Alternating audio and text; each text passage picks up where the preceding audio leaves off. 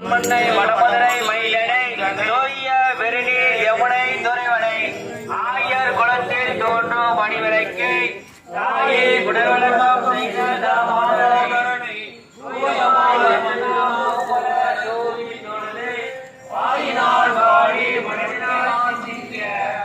ஓய விடையும் உபதவான் எனவும் நீலே நூசாவும் செப்பேரோ எவ்வாவாய்